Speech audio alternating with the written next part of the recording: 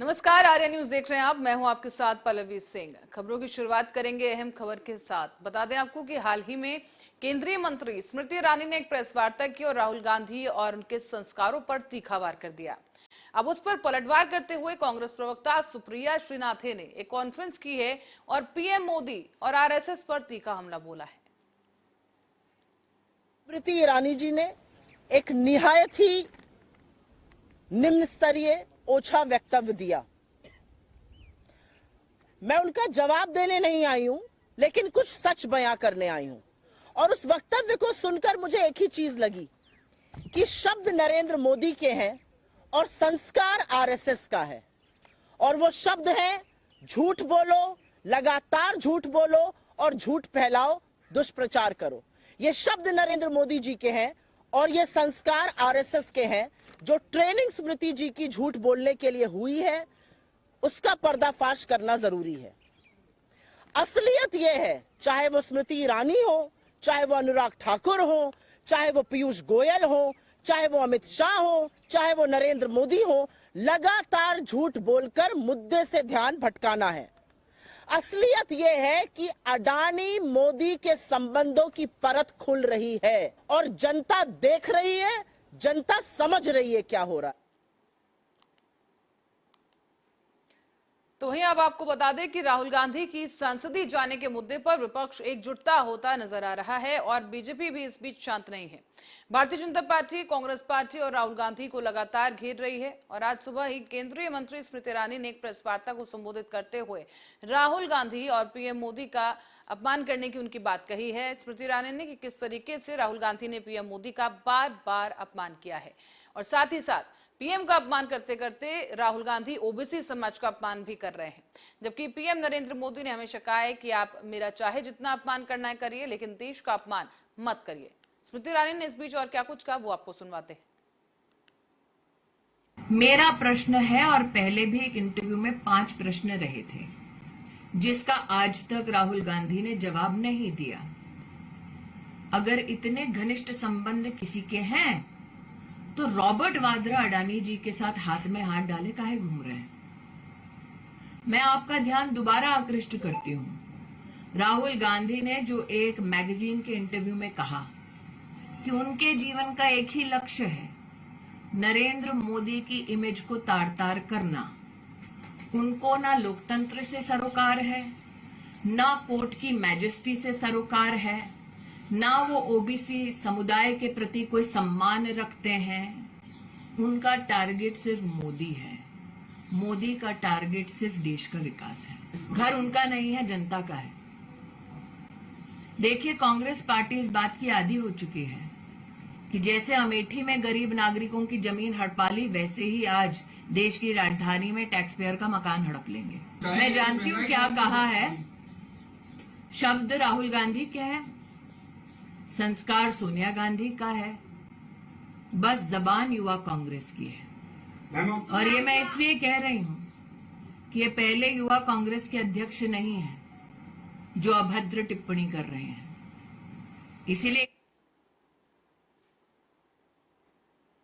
तो ये कांग्रेस नेता राहुल गांधी की मुसीबतें लगातार बढ़ती दिख रही हैं। कांग्रेस नेता ने सरकारी बंगला खाली करने के नोटिस पर भी जवाब दिया है। राहुल गांधी ने इस नोटिस पर अपना जवाब देते हुए कहा है कि वो इस आदेश की तालीम करेंगे। हालांकि उन्होंने ये भी कहा है कि इस घर से उनकी बहुत सी यादें जुड़ी हैं। राहुल गांधी ने लोकसभा में डिप्टी सेक्रेटरी को बंगला खाली करने के पत्र का जवाब देते हुए धन्यवाद भी दिया। उन्होंने लिखा है कि वो इस आदेश का पालन करेंगे। साथ ही राहुल गांधी ने यह कहा कि 12 तुगलक लेन में रहते हुए उनकी कई सारी यादें इस घर में जुड़ी हुई हैं। बतौर सांसद बंगले में रहे हैं वो, लेकिन जो आदेश हम उनको दिया गया है उसका पालन जरूर करेंगे। कांग्रेस अध्यक्ष मल्लिकार्जुन खड़गे ने इस बंगला खाली करने के नोटिस को लेकर बयान दिया। कहा कि ये लोग कोशिश करते रहेंगे राहुल गांधी को कमजोर बनाने की। अगर राहुल बंगला खाली करते भी हैं तो वो अपनी मां सोनिया गांधी के साथ रह सकते हैं या फिर वो मेरे पास आ जाए।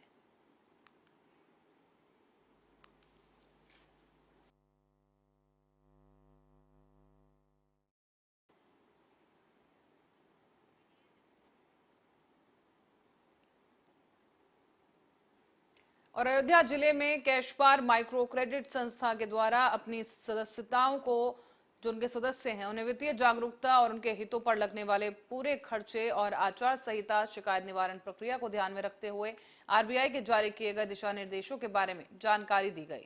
इस जानकारी के लिए एक कार्यशाला का आयोजन किया गया, जहां पर गरीब और जरूरतमंद महिलाओं को कैश पार्क के सदस्यों की वित्तीय सहायता के साथ स्वास्थ्य और शिक्षा की सुविधाएं भी प्रदान की गई।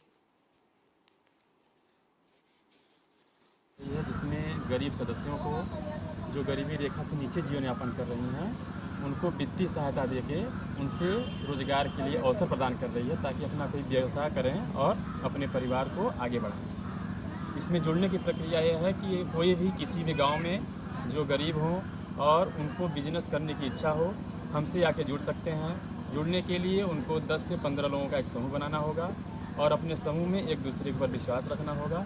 अगर सभी लोग व्यवसाय करने के इच्छुक हैं तो आके हमसे। और खबर अब बिजनौर से है, जो इन दिनों अलग अलग तरीके से क्षेत्रों में गुलदार का आतंक बरपाया जा रहा है। बता दें आपको कि एक और जहां हरदरपुर गांव में एक सप्ताह में 2 बार किसानों को गुलदार को पकड़कर वन विभाग के सुपुर्द करना पड़ा, तो वहीं आज नसीरी गांव में भी कुछ ऐसा ही देखने को मिला है। खेत पर काम करने गए युवक पर गुलदार ने हमला बोल दिया। इस हमले में युवक को मामूली रूप से चोटें आई हैं। हालांकि बाद में गुलदार के हमले की सूचना पर ग्रामीण इकट्ठा हुए और वन विभाग की टीम को सूचना दी गई। लेकिन गौरतलब है कि सूचना के घंटों बीतने के बाद भी वन विभाग की टीम मौके पर नहीं पहुंची। गांव में लगातार 15 दिन से आबादी परेशान है और साथ ही आपको बता दें कि आबादी वाले क्षेत्र के नजदीक गुलदार दस्तक दे रहे हैं। और लगातार आपको बता दें कि एक हफ्ते के अंदर कई बार ऐसी घटनाएं हो चुकी हैं। गुलदार के हमलों से लोग दहशत में हैं और लिखित में शिकायत भी की गई है, लेकिन वन विभाग की टीम घटनास्थल ना तो आई है ना कोई कार्रवाई की गई। मजबूरन ग्रामीणों ने एकजुटता दिखाते हुए वन विभाग से पिंजरा लगाकर गुलदार को पकड़ने की मांग की है। गुलदार तो हमारे यहाँ जी 10-15 दिन से लगभग दिखा जा रहा है। कई बार टाली भरते हुए भी यहाँ पर दिखाई दिया। हमारे चाचा हैं सुंदर सिंह, ये घर रहे थे। बड़े चाचा थे कुलवीर सिंह जी, नौकर थे। गौरव सिंह थे हमारे यहाँ, उन्होंने 2 गुलदार देखे यहाँ पे। और हमारे यहाँ जो है पास में आबादी पास में ही पीछे यहीं लगी हुई है बिल्डिंग के, बाग है यहाँ घूमते रहते हैं। कई बार दिखाई दिया। और कल हमारे यहाँ चाचा सुंदर सिंह के यहाँ लगा है ये, इधर से इसके ऊपर हमला किया गया है कि हमारे डॉक्टर साहब थे यहाँ पास में, इधर भागे इधर से 2 गुलदार, तब इधर से अंदर घुसे, ये निकल गए इधर से गए। और अब मिर्जापुर की ओर रुख करेंगे, जहां जिले में भक्तों को अभय प्रदान करने वाली माता महाकाली के खुले मुख का दिव्य दर्शन करने के लिए सुबह से ही कतार में भक्तों ने लगना शुरू कर दिया है। कहा यह जाता है कि मां के ऐसे दर्शन विंध्याचल में ही मिलते हैं। यहाँ पर त्रिकोण पथ पर विराजमान माता के निवास स्थल को काली कोह कहा जाता है। आपको बता दें कि पौराणिक कथा के अनुसार जगत का कल्याण करने के लिए रक्तासुर का वध करने के बाद देवी विंध्य पर्वत पर ही निवास कर गई थी और माता काली के दिव्य दर्शन करने के लिए भक्त यहाँ पर साल दर साल दूर दराज से पहुंचते हैं। इस रूप का दर्शन दुर्लभ माना जाता है। काजल के समान काली और रक्तासुर के रक्त का पान करने के लिए लाल जीभ बाहर निकाले हुए माता काली का दिव्य स्वरूप भक्तों को अभय प्रदान करने वाला होता है। बता दें आपको कि लोगों की आस्था है कि माता काली के इस स्वरूप का दर्शन करने मात्र से ही साधकों की सभी मनोकामनाएं पूर्ण हो जाती हैं। हम तो आज विंध्याचल माँ के दर्शन करने आए हैं मिर्जापुर क्षेत्र में। यहाँ सुनते हैं कि त्रिकोण दर्शन किया जाता है। माँ विंध्यवासिनी लक्ष्मी जी महालक्ष्मी है, महाकाली का दर्शन किए और यहाँ से हम लोग जा रहे हैं अष्टभुजी माँ महासरस्वती का दर्शन करेंगे। उसके बाद हम लोग महाकाल भैरव का दर्शन करेंगे। गंगा जी स्नान किए। यहाँ आने से तो हम लोगों को बहुत अच्छा, बहुत शांत में महाकाली का दिन है और 9 दिन किसी ना किसी देवताओं का माँ के रूप में दिन है, इसलिए काली जी का दर्शन करने हम लोग यहाँ आए हैं। हम लोग 9 दिन से ही पाठ कर रहे हैं और बराबर आते हैं, पर डे आते हैं। कैसा लग रहा है दर्शन करने? अरे बहुत अच्छा लग रहा है, बहुत अच्छा लग रहा है। अच्छी व्यवस्था है, सरकार ने बहुत अच्छी व्यवस्था की है। सत्य में महाकाली का दिन। माँ काली का मुख ऊपर इसलिए है कि जब राक्षसों से सारे देवी देवता परेशान हो गए थे तो ये राक्षसों का संहार करने चल दी। एक हाथ में खड़गल लिया और एक हाथ में खप्पर कि अगर उसका रक्त गिरता तो 1000 राक्षस पैदा होते। तो ये संहार करके खड्ग में ले करके मुँह बा करके उसी में अपना पान कर लेती थी। इससे राक्षसों का अंत हो गया। इसीलिए इनका मुख ऊपर है, जबकि वो रक्त का पान कर रही थी तो इधर संहार किया और खड्ग से डाल लिया, इसीलिए इनका मुंह ऊपर खुला हुआ है। माँ काली का और रायबरेली में संदिग्ध परिस्थितियों में एक युवक का घर के अंदर फांसी के फंदे से लटका हुआ शव मिला है। शव मिलने से इलाके में कोहराम है। मृतक धीरेन्द्र कुमार की उम्र 22 साल बताई गई है और परिजनों का यह कहना है कि मृतक मानसिक रूप से विक्षिप्त था। परिजनों के मुताबिक 4 साल पहले ही मृतक के पिता का निधन हो चुका था, जिससे वो परेशान था। अब वहीं पुलिस ने शव को कब्जे में लेकर पोस्टमार्टम के लिए भेज दिया है। बछरवा कोतवाली क्षेत्र के तिलेंडा गांव का मामला है। ये लड़का भी उम्र, इसका नाम धीरेन्द्र कुमार, पिता का नाम स्वर्गीय जमुना शंकर और इनके माता हैं केवल अकेली, तो वो भी लगभग थोड़ा मंद और लड़का भी मंद। अब घर पे कोई खाना बनाना या कुछ इसमें दिक्कत होती थी तो खाने की भी दिक्कत होती थी। थोड़ा बहुत नशा हल्का फुल्का, बहुत नहीं करता था। अब किस कारणवश इसने रात में फांसी लगा ली है छत से, कच्ची कोठरी थी, उसमें फंदा जो धन्नी होती नहीं पड़ी होती, धन्नी से इसने फंदा। सुबह हमको सूचना मिली तो हमने उनके घर के बड़े चाचा है, उन्होंने बताया कि ऐसी बात है। हमने सूचना एसओ साहब को दी थी थाने में, वो गए तो यही है कि क्या कारण विशेष तो खुल के नहीं आया है, मगर फिलहाल और आगरा में एनआरआई बुजुर्ग न्याय पाने के लिए दर दर की ठोकरें खा रहा है। कई बार पुलिस के आला अधिकारियों से मुलाकात करने के बावजूद अब तक कोई सुनवाई नहीं हुई है। यहां तक कि प्रशासनिक अधिकारियों से भी ये बुजुर्ग गुहार लगा चुका है, लेकिन उसकी कोई सुनवाई नहीं हो रही है। और अब बुजुर्ग ने ऐलान कर दिया है कि अगर उसे स्थानीय स्तर पर इंसाफ नहीं मिलेगा तो मजबूरन होकर उसे सीएम आवास पर भूख हड़ताल पर बैठना होगा और वहां पर भी अगर सुनवाई नहीं हुई तो वह आत्मदाह करने के लिए मजबूर हो जाएगा। दरअसल पीड़ित बुजुर्ग योगेंद्र कुमार है, जिसका नाम बताया गया, और ये जानकारी है कि पिछले 4 साल से वो अप्रवासी भारतीय के रूप में न्यूजीलैंड में रह रहा है और यहाँ पर उनकी पैतृक संपत्ति थी, लेकिन उसकी पैतृक संपत्ति को परिवार के कुछ अन्य लोगों ने अवैध तरीके से अपने नाम करवा लिया है।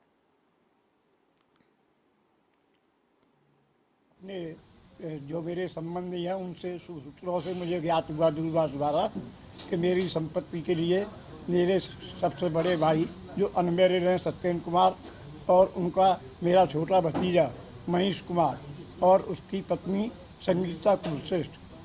सत्येंद्र कुमार ने संगीता कुलश्रेष्ठ के नाम पूरा मकान जो 10 कमरों का मकान है नगला छबीला में, जो पैतृक मकान जिसमें 5 हिस्सेदार हम 3 भाई और 2 बहन होते हैं, पूरा मकान डोनेट 15 नवंबर को किया रजिस्ट्री से।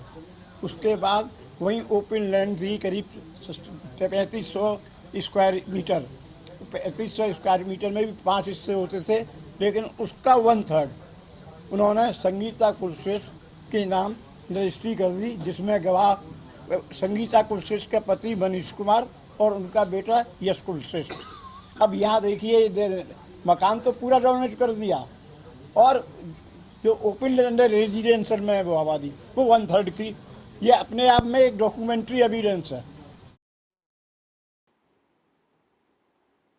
और लखनऊ में 6 साल यूपी खुशहाल की होर्डिंग में सरकार का मजाक बनवा दिया है। बता दें कि जिस बैनर से सरकार की प्रशंसा होनी थी, अब उसी से सरकार का मजाक उड़ रहा है। कैसे कि जिम्मेदार अधिकारी अपने काम को अंजाम दे रहे हैं, ये इस होर्डिंग के जरिए आप देख सकते हैं। यहाँ उत्तर प्रदेश की राजधानी लखनऊ के नेशनल हाईवे 4 की ये घटना है, जहां पर लगे हुए जो बैनर हैं, जो होर्डिंग्स हैं, उसमें प्रधानमंत्री नरेंद्र मोदी और सूबे के मुखिया योगी आदित्यनाथ की तस्वीरें उल्टी लगी हुई हैं। नेशनल हाईवे 24 के किनारे प्रधानमंत्री मोदी और सीएम योगी आदित्यनाथ दोनों एक बैनर में नजर आ रहे हैं, लेकिन इनकी तस्वीरें उल्टी हैं। ये बैनर उल्टी तरीके से लगाया गया है। आप देख सकते हैं कि ये उल्टा बैनर लगाकर खाना पूर्ति करते हुए जिम्मेदार अधिकारी वहां से 9-2-11 हो गए हैं, लेकिन ये तस्वीर, ये बैनर अब सरकार का मजाक उड़ा रहा है।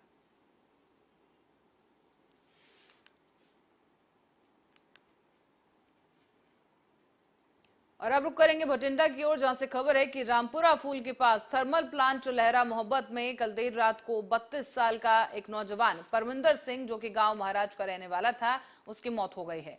मृतक थर्मल में वेल्डिंग का काम ठेके पर कई सालों से कर रहा था। जब परमिट लेकर काम करने गया तो थोड़ी देर बाद ही प्लांट को चला दिया गया, जिसके बाद उसकी मौत हो गई है। ये बड़ी लापरवाही सामने आई है, जिसकी वजह से तमाम जो कर्मचारी हैं प्लांट में काम करने वाले, वो भी आक्रोशित हैं और शव को रखकर प्रदर्शन किया जा रहा है। आपको बता दें कि काफी बुरी अवस्था में ये शव बरामद हुआ है। और साथ ही आपको ये बता दें कि थर्मल में रखकर इस शव को विरोध प्रदर्शन शुरू कर दिया गया है। 50 लाख मुआवजे की मांग की जा रही है और मृतक की पत्नी को सरकारी नौकरी की मांग लिए हुए तमाम ये कर्मचारी धरने पर बैठ गए हैं। इस बीच आम आदमी पार्टी विधायक और थर्मल के कर्मचारियों के साथ पुलिस भी मौके पर पहुंच गई है। भी ਲੈਟਰ ਕੱਢੇ ਜਾਂਦੇ ਆ ਕੰਪਨੀਆਂ ਨੂੰ ਸਿਰਫ ਜਵਾਨੀ ਦਾ ਇਸ ਮਾਮਲੇ ਤੇ ਵੀ ਲਾਸ਼ ਛੇਤੀ ਬਾਹਰ ਕਢਾਓ ਐ ਤਾਂ ਨਹੀਂ ਇਹ ਹਜੇ ਤੱਕ ਸਾਡੇ ਸੁਣਾਈ ਨਹੀਂ। ਅਫਸਰ ਕੋਈ ਵੀ ਕਿਸੇ ਵੀ ਬੰਦੇ ਨਾਲ ਡੀਲ ਨਹੀਂ ਕਰੀ, ਸਾਰੇ ਅਫਸਰ ਪਾਸੇ ਹੀ ਖੜ ਜਾਂਦੇ ਨੇ। ਕੱਲ ਸੇਫਟੀ ਅਫਸਰ ਸੀਗਾ ਜਿਹੜਾ ਕਹਿ ਰਿਹਾ ਸੀਗਾ ਵੀ ਸਾਨੂੰ ਤੁਹਾਨੂੰ ਸੇਫਟੀਆਂ ਵੀ ਆਪਦਾ ਉਹ ਕਲੀਅਰਫਾਈ ਕਰ ਰਿਹਾ ਸੀਗਾ। ਉਹ ਕਹਿ ਰਿਹਾ ਸੀਗਾ ਵੀ ਮੇਰੀ ਹਫ਼ਤੇ 'ਚ 1 ਦਿਨ ਡਿਊਟੀ ਇੱਥੇ ਕੱਲ ਸ਼ਾਮ ਨੂੰ, ਤੇ ਸੇਫਟੀ ਦੇ ਨਾਂ ਤੇ ਵੀ ਸਾਡੇ ਨਾਲ ਮਜ਼ਾਕ ਕੀਤਾ ਜਾਂਦਾ। ਕੋਈ ਵੈਲਫੇਅਰ 2 ਅਫਸਰ ਇੱਥੇ ਵੈਲਫੇਅਰ, ਇੱਕ ਲੇਡੀਜ਼ ਆ ਸੰਗਰੂਰ ਤੋਂ, ਇੱਕ ਇੱਥੋਂ ਦੇ ਲੋਕਲ ਹੀ ਹੈਗੇ, ਕੋਈ ਉਹਨਾਂ ਵੱਲੋਂ ਸਾਡੀ ਕਿਸੇ ਚੀਜ਼ ਵੱਲ ਧਿਆਨ ਨਹੀਂ ਦਿੱਤਾ ਜਾਂਦਾ। ਉਹਨਾਂ ਨੇ ਸਾਡੇ ਹੱਕਾਂ ਸਾਡੀ ਗੱਲ ਕੀ। भटिंडा में केंद्रीय जेल एक बार फिर से सुरक्षा को लेकर सुर्खियों में है। यहाँ आपको बता दें केंद्रीय जेल भटिंडा में मोबाइल फोन और नशीला पदार्थ मिलने का सिलसिला लगातार जारी है। जेल में बंद कैदियों और हवालातियों के द्वारा अब नशे और मोबाइल फोन छिपाने के लिए नए नए तरीके अपनाना शुरू कर दिया गया है। दरअसल बीते दिनों ही जब जेल अधिकारियों के द्वारा भटिंडा में केंद्रीय जेल में सर्च अभियान चलाया गया तो इस दौरान जेल के ब्लॉक नंबर 2 के पीछे जमीन में दबे हुए एक डिब्बा मिला है, जिसको खोलने पर पता चला कि उसमें जर्दा, 2 मोबाइल फोन, एयरटेल डोंगल और चार्जर और हेडफोन बरामद किए गए। इसकी सूचना जेल अधिकारी शिव कुमार के द्वारा थाना कैंट पुलिस को भी दी गई। जानकारी के अनुसार आपको बता दें कि अज्ञात लोगों के खिलाफ अब अलग अलग धाराओं में मामला दर्ज कर लिया गया है। और आपको ये बता दें कि जानकारी देते हुए एचओ परम पारस सिंह ने बताया है कि अधिकारियों के द्वारा मिली इस जानकारी के आधार पर अज्ञात लोगों के खिलाफ मामला दर्ज कर कार्रवाई की जा रही है। ਵਿੱਚ ਸਾਨੂੰ ਲੈਟਰ ਇਸ਼ੂ ਹੋਇਆ ਸੀ ਇੱਕ ਜੇਲ ਅਥਾਰਟੀਜ਼ ਵੱਲੋਂ, ਜਿਹਦੇ 'ਚ ਉਹਨਾਂ ਨੇ ਮੈਂਸ਼ਨ ਕੀਤਾ ਸੀ ਕਿ ਕੈਦੀ ਬਲਾਕ ਨੰਬਰ 2 ਉਹਦੀ ਬੈਕ ਸਾਈਡ ਤੇ ਜੋ ਗਰਾਊਂਡ ਹੈ ਉਹਦੇ ਵਿੱਚ 3 ਡੱਬੇ ਪਲਾਸਟਿਕ ਦੇ ਜੋ ਨੱਪੇ ਹੋਏ ਸੀ, ਉਹਦੇ ਵਿੱਚੋਂ 2 ਮੋਬਾਈਲ ਬਰਾਮਦ ਹੋਏ ਆ, ਕੁਝ ਕੁ ਜਰਦੇ ਦੀਆਂ ਪੁੜੀਆਂ ਬਰਾਮਦ ਹੋਈਆਂ, ਚਾਰਜਰ ਬਰਾਮਦ ਹੋਇਆ ਤੇ ਇੱਕ ਡੋਂਗਲ ਬਰਾਮਦ ਹੋਈ ਹੈ। ਜਿਹਦੇ 'ਚ ਹਾਂਜੀ ਮੋਬਾਈਲ ਕਿੰਨੇ ਸੀ? ਮੋਬਾਈਲ 2 ਮੋਬਾਈਲ ਹੈ, ਉਹਦੇ ਵਿੱਚ ਇੱਕ ਕੀਪੈਡ ਫੋਨ ਹੈ ਤੇ ਇੱਕ ਦੂਸਰਾ ਫੋਨ ਹੈ। ਕਿਸ ਤਰ੍ਹਾਂ ਦੀ ਕਾਰਵਾਈ? ਇਹਦੇ ਵਿੱਚ ਅਸੀਂ FIR ਦਰਜ ਕੀਤੀ ਹੈ 33 number under section 52A prison act, ਤੇ ਅੱਗੇ ਜੋ ਵੀ ਇਨਵੈਸਟੀਗੇਸ਼ਨ ਸਾਹਮਣੇ ਆਊਗਾ ਉਹ ਸਰ ਪਿਛਲੇ ਦੇ ਵਿੱਚ ਸਾਨੂੰ ਲੈਟਰ ਇਸ਼ੂ ਹੋਇਆ। पटियाला के लाहौरी गेट पुलिस को बड़ी सफलता मिली है। पुलिस ने 14 चोरी की गई मोटरसाइकिलों को बरामद कर लिया है। इस बीच DSP संजीव सिंगला ने प्रेस वार्ता करते हुए जानकारी दी कि पिछले कई दिनों से पटियाला के वर्ग जगहों पर मोटरसाइकिल चोरी की वारदातें हो रही थी और उसी को ट्रेस करते हुए 2 आरोपियों को गिरफ्तार किया गया है, जो कि पातड़ा के रहने वाले बताए गए हैं। फिलहाल पटियाला में किराए के मकान में ये लोग रह रहे थे और DSP ने यह भी जानकारी दी कि पुलिस रिमांड में आरोपियों को लिया गया है और चोरी की 14 मोटरसाइकिलें बरामद की गई। जीवन राम वासी सदौर ਦੇ ਸੀਗੇ, ਉਹ ਆਪਣਾ ਮੋਟਰਸਾਈਕਲ ਲੈ ਕੇ ਇੱਥੇ ਬਾਰਾਦਰੀ ਗਾਰਡਨ ਆਏ ਸੀ ਮਿਤੀ 22 ਤਰੀਕ ਨੂੰ। ਉਹਨਾਂ ਦਾ ਮੋਟਰਸਾਈਕਲ 2 ਐਕਿਊਜ਼ ਨੇ, ਵਿਸ਼ਾਲ ਔਰ ਗੁਰਕੀਰਤ, ਇਹ ਦੋਨੇ ਪਤਰਾ ਏਰੀਆ ਦੇ ਰਹਿਣ ਵਾਲੇ ਨੇ। ਇਹਨਾਂ ਨੇ ਉੱਥੋਂ ਚੋਰੀ ਕਰ ਲਿਆ ਸੀ, ਜਿਸ ਤੇ ਅਸੀਂ FIR ਨੰਬਰ 38/25/23 ਨੂੰ ਅੰਡਰ ਸੈਕਸ਼ਨ 210 IPC ਦਰਜ ਰਜਿਸਟਰ ਕੀਤੀ ਸੀ।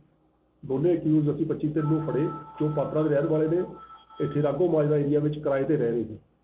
ਉਹਨਾਂ ਦੀ ਪੁੱਛਗਿੱਛ ਤੇ ਹੋਰ ਤਫਤੀਸ਼ ਕਰਨ ਤੇ ਇਹਨਾਂ ਕੋਲੋਂ ਅਸੀਂ ਟੋਟਲ 14 ਮੋਟਰਸਾਈਕਲ ਅਸੀਂ ਰਿਕਵਰ ਕੀਤੇ ਨੇ, ਜੋ ਵੱਖ-ਵੱਖ ਥਾਰਾਂ ਤੋਂ, ਬੱਸ ਸਟੈਂਡ ਤੋਂ, ਕਾਲੀ ਮਾਤਾ ਮੰਦਿਰ, ਬਾਰਾਦਰੀ ਗਾਰਡਨ, ਸਾਡੇ ਸਿਟੀ 1 ਔਰ 2 ਏਰੀਆ ਦੇ ਵਿੱਚ ਇਹਨਾਂ ਚੋਰੀ ਕੀਤੇ ਸੀ। ਔਰ ਹੋਰ ਵੀ ਤਫਤੀਸ਼ ਜਾਰੀ ਹੈ, ਇਹਨਾਂ ਦੇ ਕੁਝ ਹੋਰ ਸਾਥੀ भी है। तो वहीं बढ़ते अगली खबर की ओर। कांग्रेस समेत देश के 18 विपक्षी दलों ने सोमवार को फैसला किया है कि लोकतंत्र को बचाने के लिए आगे भी मिलकर काम करते रहेंगे और अडानी समूह से जुड़े मामलों में संयुक्त संसदीय समिति यानी JPC के गठन की मांग जारी रहेगी। कांग्रेस अध्यक्ष मल्लिकार्जुन खड़गे के आवास पर सोमवार की देर शाम को दरअसल विपक्षी दलों के नेताओं ने बैठक की है, जिसमें राहुल गांधी को अयोग्य ठहराए जाने के जुड़े घटनाक्रम और अडानी समूह से जुड़े मामले में JPC गठित करने की मांग को लेकर आगे की रणनीति पर चर्चा की गई। तो वहीं इस बीच कांग्रेस अध्यक्ष के आवास पर हुई इस बैठक में विपक्षी दलों की बैठक खत्म होने के बाद प्रमोद तिवारी ने पत्रकारों से बातचीत की है। क्या कुछ कहा गया वो भी आप सुनिए। में 1 घंटे से ज्यादा विचार विमर्श सब साथियों ने किया। सब दुखी हैं, आईडी नीचे करो सर, सब दुखी हैं इस बात से कि जिस तरीके से लोकतंत्र को समाप्त किया जा रहा है, और मिलजुल कर हम आगे कदम उठाते रहेंगे। राष्ट्रीय अध्यक्ष जी ने सबसे राय मशवरा किया, एलओपी ने सबसे राय मशवरा किया है, और हम इस नतीजे पे पहुंचे हैं कि इस तानाशाही के खिलाफ, इस लोकतंत्र के बचाने की मुहिम में हम सब साथ चलेंगे, साथ रहेंगे। ये हमारा घटियापन, जो एक नफरत गोडसे वाली है भाजपा के दिल में, वो जहर सामने आ रहा है। अभी हमें नोटिस नहीं मिली, राहुल जी को जब नोटिस मिलेगी तो उसको वो प्रतिक्रिया देंगे। अभी मैं कैसे क्या कह सकता हूँ जब नोटिस आएगी राहुल जी। मैंने शुरुआत यहीं से की, लोकतंत्र की जो हत्या हो रही है, जिस तरह तानाशाही हो रही है, उससे लड़ने के लिए सारी 18 पार्टियां जो आई थी, एक मत है, एकजुट।